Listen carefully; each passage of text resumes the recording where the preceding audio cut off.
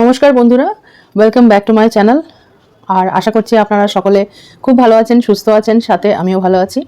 আর ঠিকঠাকই চলছে। আর যেহেতু শীতকাল চলছে, নতুন বছরে আমরা পা দিলাম, নিউ ইয়ারের উপলক্ষে আমি ভাবলাম একটা তাহলে ভিডিও পোস্ট করা যাক। এবার আমি খুব ইরেগুলার হয়ে গেছি, মানে খুব নিয়মিত ভিডিও পোস্ট করতেই পারছি না। মাঝখানে একটুখানি ঠান্ডা লেগে গিয়ে শরীর খারাপ হলো, জ্বর হলো। এবার বুঝতেই পারছেন, সিজন চেঞ্জ হলে পরে সবারই হয় জ্বর, সর্দি, কাশি। এগুলো তো খুব কমন একটা রোগ আমাদেরকে ধরে নেয়। তো এই সিজন চেঞ্জের দিনগুলোতে আমি বেশিরভাগ সময় অসুস্থ থাকি। তো তাই জন্য ভিডিও তো করা দূরের কথা, শরীরটা ঠিক থাকলে তো ভিডিও করব, তো পোস্ট করা তো অনেকই দূরের কথা। তো এই হলো কথা। আর অনেকদিন পর ফিরে এলাম, ভাবলাম আপনাদের জন্য আবার আইভিএফ এর উপরে একটা ভিডিও বানানো যাক। আর নতুন বছরে আবার একটা প্রচেষ্টা করি আপনাদের কাছে পৌঁছে যাওয়ার।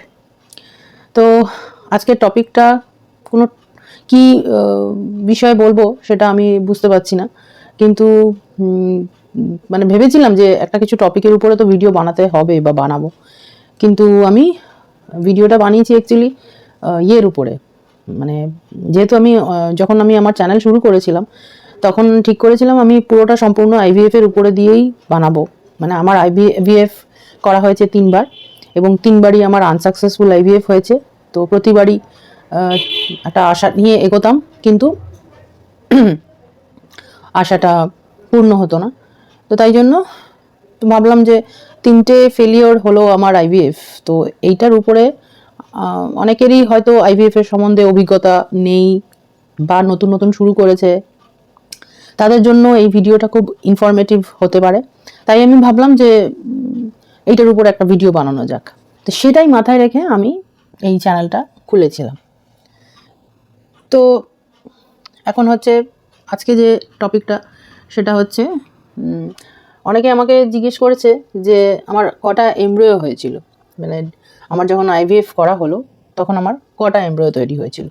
এবার দেখুন, আমার তো 3বার আইভিএফ করা হয়েছে। তো এই 3বার আইভিএফে আমার 3বার 3 রকমভাবে এমব্রিও তৈরি করা হয়েছিল। তো সেটা আমি ভাবলাম যে আপনাদের সাথে তাহলে শেয়ার করা যাক। কিন্তু কথাটা হচ্ছে, এই মুহূর্তে আমি রিপোর্টগুলোকে হাতে নিয়ে বসিনি। তো যতটুকু মেমোরিতে আছে সেই অনুযায়ী আমি শর্টে এই ভিডিওতে আপনাদেরকে বলে দিচ্ছি। কিন্তু ডিটেলসে যদি আপনাদেরকে বলতে হয় যে আমার কটা এমব্রিও ছিল, কি গ্রেডের ছিল, আর ইত্যাদি, সেগুলো বলতে হলে আমাকে একদম পুরো আমার যে খাতা আছে সেটা খুলে বসে বলতে হবে ডিটেলসে। আর আপনাদের যদি জানার ইচ্ছে থাকে যে ডিটেলসে আরও জানবো কীরকম ছিল, কী বৃত্তান্ত, তাহলে আপনারা কমেন্ট বক্সে কমেন্ট করে বলুন, অবশ্যই আমি সেটা আপনাদেরকে জানাবো। আর একদম পুরো খাতা খুলে বসে আপনাদেরকে জানাবো।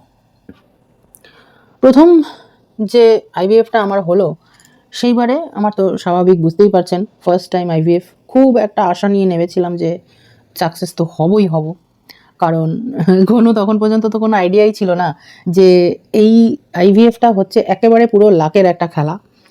সত্যি কথা বলতে আমার এটা পুরোপুরি মনে হয় 95% লাকের খেলা, আর বাকিটা তো বাকি 5% বলতে পারেন সায়েন্স কাজ করে।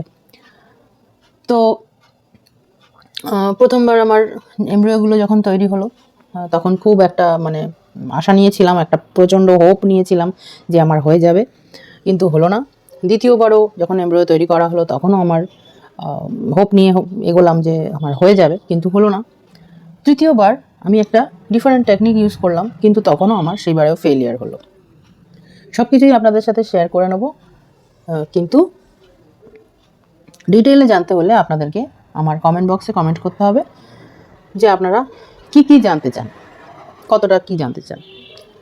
তো থার্ড আইভিএফটা তো আমার এই রিসেন্টলি কমপ্লিট হয়েছে, যেটা আমার আবারও ফেলিয়ার হলো।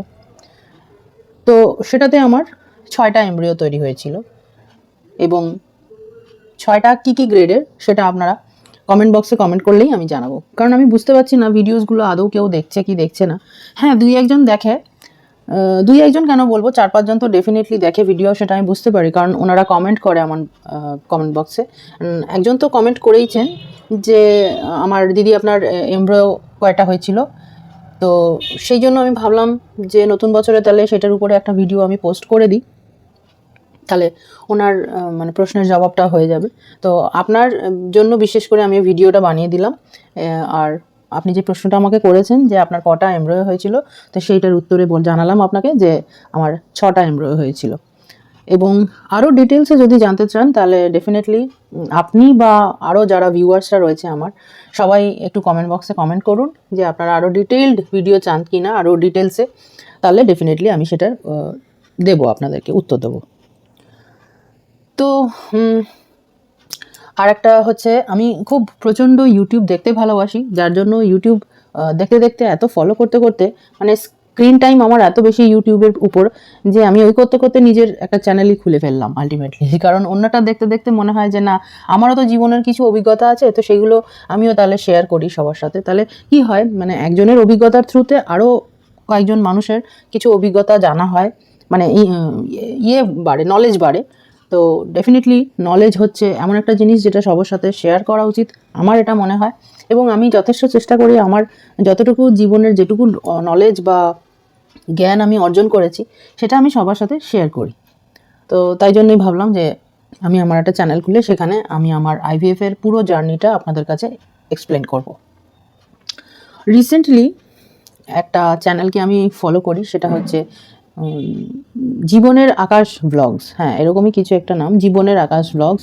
আর আপনারা যেরকম জানেনই, এরকম আরও অনেকে চ্যানেল ওপেন করেছে যারা আইভিএফ এর উপরেই তাদের পুরোপুরি চ্যানেলটা চলে। আরেকজনের নাম বলে দিই, সেরকম হচ্ছে সুপর্ণা, ইটস সুপর্ণা। এটা আপনারা অনেকেই জানেন হয়তো, যে ও একটা চ্যানেল করেছিল যেটা আস্তে আস্তে বেশ ভালোই গ্রো করেছে। উনিও ওনার আইভিএফ এর যে জার্নিটা ছিল সেটা সম্পূর্ণ আপনাদের সাথে শেয়ার করেছেন এবং আজও উনি করে যাচ্ছেন। আর আমি যতদূর দেখলাম, এখন পর্যন্ত তো দেখেই গেছি টানা, ওনার তো একটি মেয়ে সন্তান হয়েছে, বলতে গেলে লক্ষ্মী এসছে ঘরে। খুব সুন্দর হয়েছে ফুটফুটি বাচ্চাটি, আমার দেখলে খুবই ভালো লাগে। আর ভিডিওটা তাই আমি দেখতেই থাকি, ওনার ভিডিও সবসময় আমি দেখি। ওনারও আইভিএফ এর থ্রুতেই বেবি হয়েছে এবং ওনার জার্নি, ওনার স্ট্রাগল অনেকটুকুই ছিল, সেটাও দেখলাম। অন্যের থেকে নিজেরও কিছু জানা হয়। আর আমারও মনে হয় যে আমি নিজের জার্নিটাও আপনাদের সাথে শেয়ার করি। যদিও ওনার মতন আমার জার্নিটা সাকসেসফুল হয়নি, কষ্ট আমারও গেছে, খরচা আমারও হয়েছে, প্রচুর অভিজ্ঞতা আমিও অর্জন করেছি। কিন্তু পার্থক্য এইটুকুই যে উনি সাকসেস পেয়েছেন, আমি সাকসেস পাইনি। তো মনের মধ্যে এইটুকুই দুঃখ। কিন্তু ডেফিনেটলি ওনার জন্য অনেক প্রেয়ার্স রইল, যাতে উনি জীবনে ভালো থাকেন, ওনার পরিবারও ভালো থাকুক, সুস্থ থাকুক। তো আপনারা সবাই আমার জন্য একটুখানি দোয়া করবেন, যেন আমার ভবিষ্যৎ যেন সুন্দর হয়। জানি না আইভিএফ আগামী দিনে করতে পারবো কি পারবো না, কারণ একটা আপনাদেরকে আমি আগেও বলেছি, এটার পিছনে একটা বড় আর্থিক চাপ থাকে। তো সেইটার জন্যই কিছুটা বলতে গেলে আমার পা থেমে আছে যে আমি করব কি করব না। কারণ একটা খরচা তো বুঝতেই পাচ্ছেন, প্রায় 3-4 লাখ টাকার ব্যাপার থাকে। তো 3-4 লাখ না হলেও অন্তত 2.5 থেকে 3 লাখ টাকা তো মানে যাবেই। তার মধ্যে যদি কোনো মিসহ্যাপ হয়ে যায়, মানে কোনো দুর্ঘটনা যদি ঘটে এটার সাথে, তাহলে আরও কিছু টাকা যোগ হয়ে যাবে, আরও কিছু খরচা অ্যাড হয়ে যাবে। সেগুলোকে কী করে আমি ম্যানেজ করব তখন? কারণ মাথায় আমরা তো একটা খরচা নিয়ে এগোই, যে একটা বাজেট নিয়ে এগোই, যে যেরকম মানে হয়তো 2.5 থেকে 3 লাখ টাকা লাগলো বা লাগবে। কিন্তু তারপর এরকমও তো হয় অনেক সময় যে কিছু একটা ঘটে গেল, ধরুন মিসক্যারেজ হলো, বা সে মিসক্যারেজটি হলো হয়তো 4-5 মাসে গিয়ে হলো, 7-8 মাসেও অনেকের মিসক্যারেজ হয়, বা লাস্টের দিকে গিয়েও অনেক সময় মিসক্যারেজ হয়, যেটাকে আমরা বলি স্টিল বর্ন। তো সেই সময় একটা ভালোই খরচা লেগে থাকে, বুঝতেই পারছেন। কারণ সেই মানে ডেড ফিটাস বলতে গেলে সেটাকে তো বের করতে হয় অপারেশন করে, যেটাকে আমরা জানি ডিএনসি করতে হয়, তো সেটা করতে হবে। তো সেটার পিছনে তাহলে আরেকটা খরচা লেগে থাকবে। মানে এই সব নানান রকম চিন্তাভাবনা হতে থাকে। আর আমার ক্ষেত্রে যেহেতু আমি অলরেডি আমার বারবার আমার রিপিটেড মিসক্যারেজ হয়েছে, তো তাই জন্য আমি একটা ভয় থাকি যে যদি ওরকম কিছু হয়ে যায় তাহলে কত টাকা আরও খরচা এর সাথে প্লাস করতে হবে। মানে ওই 2.5 থেকে 3 লক্ষ প্লাস ওই খরচাগুলো, যেটা আমি মাথায় এই দুশ্চিন্তাটা যেটা আসে, সেটা সব মিলিয়ে প্লাস করতে গেলে তো প্রায় 4-5 লাখ টাকা বেরিয়ে যাবে। তো এতগুলো টাকা আমি আদৌ জোগাড় করতে পারবো কি না পারবো, মাঝপথে যে ফেসে যাব, ঝুলে যাব, কি হবে, সে সমস্ত ভেবে আমার একটা মানে পাটা ওই কারণে থেমে আছে। কেন খালি মনে হচ্ছে যে আমি এগোবো না, মানে এই একটা মনের মধ্যে সর্বক্ষণ দনমন চলছে। কিছুতেই আমি নিজের মাইন্ড ফিক্স করতে পারছি না যে আমি করব কি করব না আইভিএফ। এবারে কয়েকজন আছে আমাকে সাজেস্ট করে যে চেন্নাইতে গিয়ে আইভিএফ করতে। তো সেই সূত্রেই বলি, যেহেতু চেন্নাই আইভিএফ এর কথা উঠলো, তাই জন্য চেন্নাইতে আইভিএফ করার কথা আপনাদেরকে একটু আগে যেটা বললাম, যে একটা চ্যানেলকে আমি খুব ফলো করি, ওদের মানে ওরা কাপল খুব সুন্দর ভিডিও করে এবং আমার ভালোই লাগে ওদের ভিডিওগুলো দেখতে। সেই চ্যানেলটার নাম হচ্ছে জীবনের আকাশ ব্লগস। তো ওদের চ্যানেলটা আমি দেখি, ওদেরকে খুব ভালো লাগে কাপলটা। এবার যে কাপলে যে মানে মেয়েটি আছে, যে মহিলা যিনি, যার আইভিএফ হয়েছে করানো, মানে ওরা দুজনেই তো করেছে, মানে বেসিক্যালি যার ঘটনাটা হয়েছে সেটা, ওনার নাম হচ্ছে সুবর্ণা। ইটস সুপর্ণাতে, কিন্তু ওর নাম হচ্ছে সুপর্ণা। আর এই জীবনের আকাশ ব্লগসের যে যারা ভিডিও বানায় তাদের সেই মহিলাটির নাম হচ্ছে সুবর্ণা তো ওর ভিডিওটা আমি দেখি। এই রিসেন্টলি ওরা, বেশি দিন হয়নি, হয়তো হার্ডলি 4-5 মাস হলো হয়তো, গিয়েছিল চেন্নাইতে গিয়ে আইভিএফ সেন্টারে আইভিএফ করেছে এবং সেখানে ওরা ফেলিওর হয়েছে। ফার্স্টে সাকসেসই হয়েছিল, মানে প্রেগনেন্সি তো এসেছিলো, কিন্তু তারপরে ওদের একটা যেটা ঘটনা হয় সেটা হচ্ছে সাবকোরিয়নিক হ্যামারেজ কিছু একটা হয়েছে, তাতে ওদের মিসক্যারেজ ঘটে যায় এবং স্বাভাবিকভাবে ওটা হওয়ার পর ওকে ডিএনসি করতে হয়। তো ডিএনসি হচ্ছে ডাইলেশন অ্যান্ড কিউরেটেজ, ফুল ফর্মে যেটাকে বলা হয়, তো আমরা জানি। এবং সেটাকে হচ্ছে মানে যে বেবিটা মারা গেছে পেটের মধ্যে, বা যে ফিটাসটা মারা গেছে, সেটাকে বের করে আনা অপারেট করে। তো এটা একটা অপারেশন, ছোট বা বড় বলতে পারবো না, যেহেতু আমার কোনো দিন হয়নি তাই আমার কোনো অভিজ্ঞতা নেই, কিন্তু লোকেদের মুখে থেকে শুনি, আমার 2-4 জন বন্ধু তারও হয়েছে, তো সেই থেকে আমি জানি যে ডিএনসি করতে হয়, করে বের করতে হয়। তো ওটা ওরও করতে হলো। তো বেশ কষ্টকর, এটা কষ্টকর মানে শারীরিকভাবে বলবো না, মেন্টালি খুব কষ্টকর। খুব শারীরিক তো দেখুন, ওষুধপত্র খেয়ে কত কিছু দিয়ে দেবে ডাক্তার, সেগুলো দিয়ে ধীরে ধীরে সেরেই যাবে, কিন্তু এটার সাথে যে মানসিক কষ্টটা জড়িয়ে থাকে সেটা কিন্তু সাংঘাতিক। আর আমি কোনোদিনও না, মানে এই মানসিক কষ্ট আর নেওয়ার আমার কোনো ইচ্ছে নেই, আর মানে পারছি না, মন থেকে সেই জোর আর পাচ্ছি না যে আমি সেটা আবার করতে পারবো।